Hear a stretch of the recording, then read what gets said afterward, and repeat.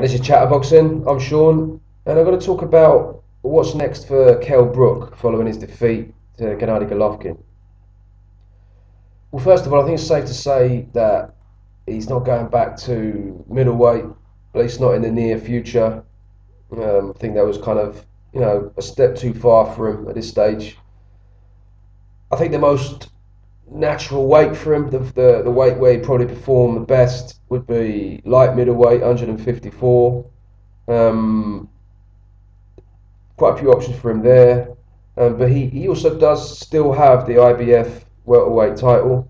According to Eddie Hearn, he's very reluctant to give that up, and I'm not surprised. Under the circumstances that we have at the moment, I can see why he wouldn't really want to relinquish that title. Mainly, well, the reason being that his mandatory challenger is, as we all know, Errol Spence. Errol Spence is a serious threat to him, serious contender. Everybody's saying that he's the boogeyman at like welterweight now. Keith Thurman's apparently ducking him, terrified of him. Kell Brook has been like sort of planning to duck him since like 1964.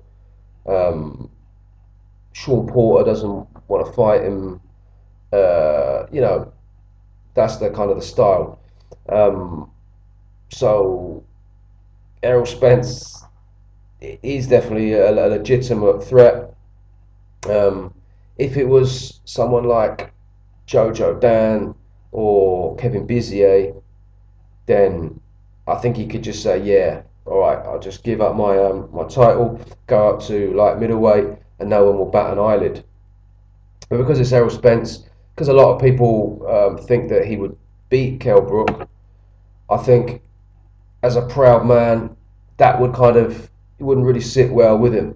Because although I think knowing what we know now about there's been more kind of spotlight placed on Kell Brook's struggle to make the weight, how heavy he was at middleweight, obviously sustaining an injury that will keep him out for a long time. I don't think you're always going to have a few people who have a go at you, but generally speaking, I think most people would understand if he didn't come down to welterweight to fight, especially someone as good as Errol Spence. It's one thing doing it and fighting, against someone that isn't on your level. If you're not firing on all cylinders, then you can do it. But someone like Errol Spence, someone as good as him, it's going to be tough. I mean, thing with like Kell Brook, it's been quite a long time that he's been struggling to make 147 pounds. People, I saw quite a few people in America saying that, for some time, saying, "Oh, as soon as Kell Brook heard that Errol Spence was going to be his mandatory, he started talking about moving up to light middleweight." Now, people in America were saying that. Obviously, they weren't following his career as thoroughly as we were in the UK. And with good reason, he wasn't really on the world stage till the Shaw Porter fight, really. But people in the UK that have been following his career from the early days, no, this is nothing new. I mean, he's been talking about going up to light middleweight for quite some time. I mean, he's fought at light middleweight before against Carson Jones because he couldn't make the weight. He wasn't always the most disciplined man in the world, Kell Brook, and there have been criticisms in the past where he hasn't really dedicated himself. I think he's sorted that out now, but yeah, he's kind of this is nothing new. He's been wanting to move up for some time. Now, the reason why, or the main reason he hasn't, in my opinion, is because I think him and also Eddie Hearn were desperate to make the fight with Amir Khan. It was the fight everybody in Britain wanted to see. Would have made him loads of money. Also would have given him a lot of exposure. And I mean, they just didn't like each other as well. I think you put all these things together, and that was a fight that Kell Brook really, really wanted. So that was the main incentive, I think, for him to stay at welterweight. As it went on and on, it became very clear that Amir Khan wanted no parts of Kell Brook. So yeah, I think he just kind of thought I mean, according to Eddie Hearn, they tried to make big fights with people in America as well. People like Danny Garcia, um, Agent Broner. Obviously, Keith Thurman was kind of tied up for quite a long time with Sean Porter. So, that wasn't, I don't know, but for one reason or another, he didn't really get these big fights. Probably being he's based in Britain. Um, I remember, for example, like Jesse Vargas and Brandon Rios, they were talking about coming over. They fell through basically because they overpriced themselves. Now, if you are, I mean, look, Jesse Vargas now has gone on to fight Manny Pacquiao in the US for, I don't know how much money he's making, but, why, really, if you were him, why would you want to come over to Sheffield to fight against someone like Kell Brook, who's probably going to beat you?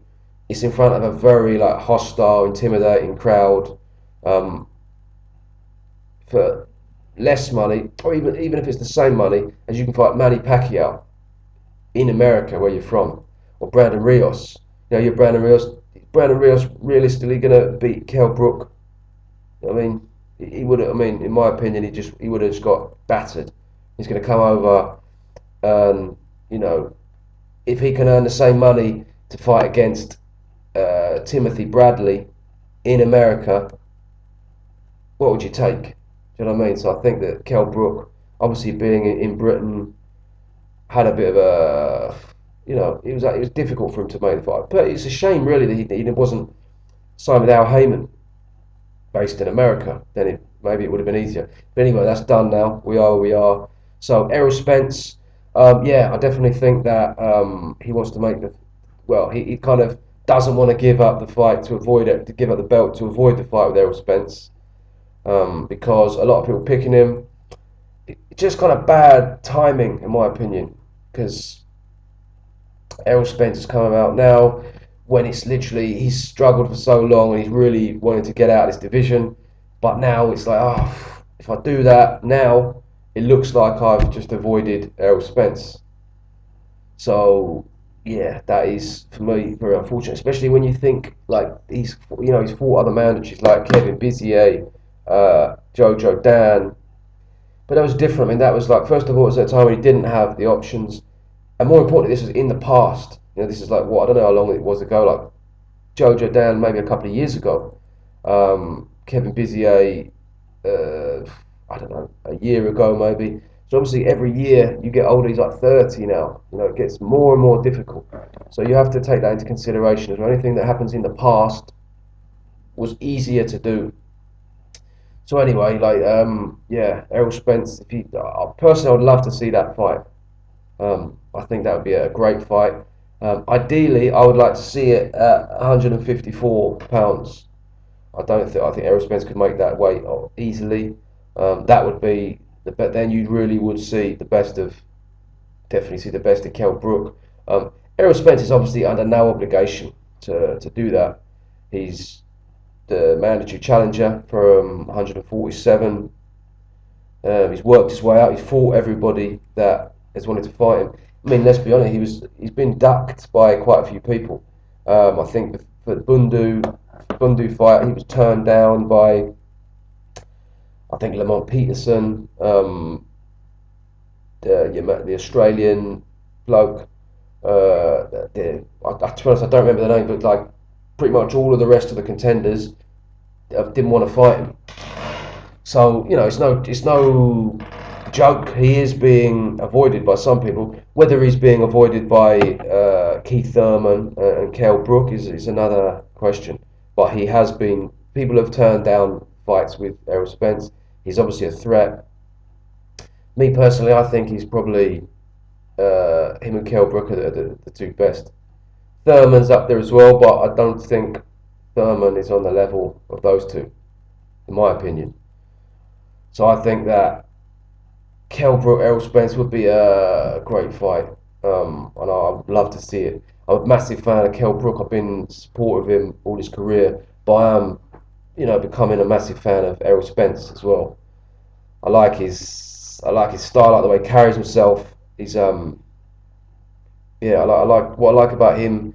I like the fact that he's just a really kind of chilled out. Just seems like you just see him interviewed. He's really softly spoken, like you wouldn't say boo to a goose.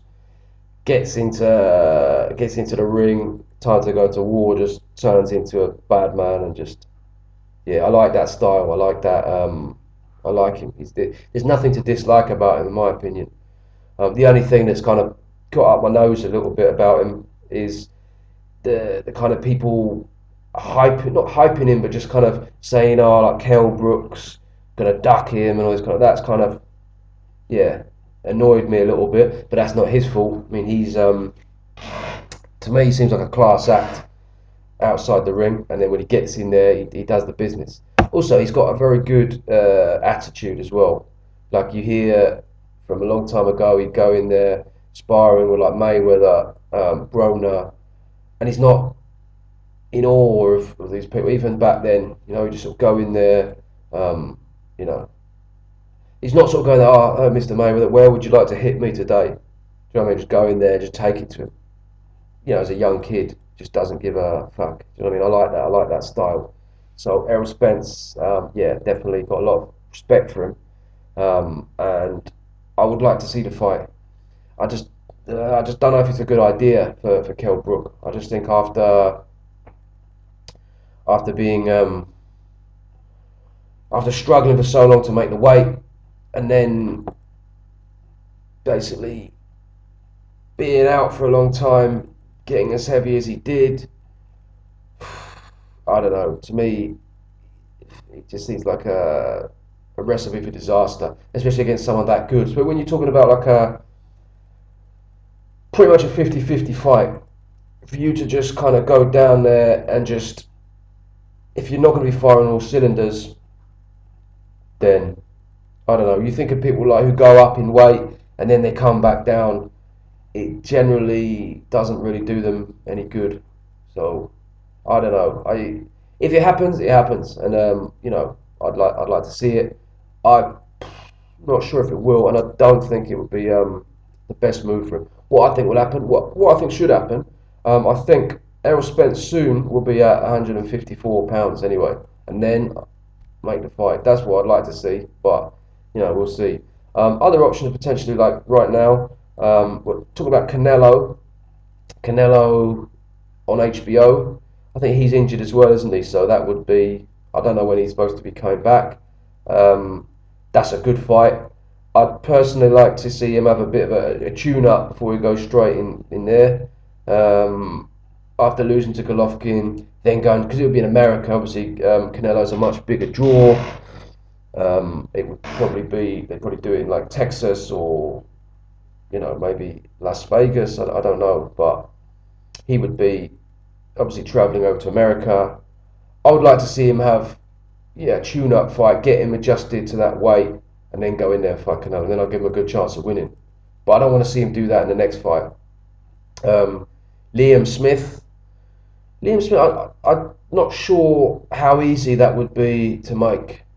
Because obviously Liam Smith is with Frank Warren, and he's with Kell Brooks with Eddie Hearn. We know they hate each other. We know they don't really work very well together. Frank Warren doesn't have that many fighters at the moment, so would he really want to like put him in there with one of Eddie Hearn's people right now? I don't know. I think probably after listening to Joe Gallagher the other day, I think they're probably going to be have Liam Smith fighting pretty much all the time in America now because there aren't really any world level fighters in Britain at that weight. He's the only one. All the top people are in America.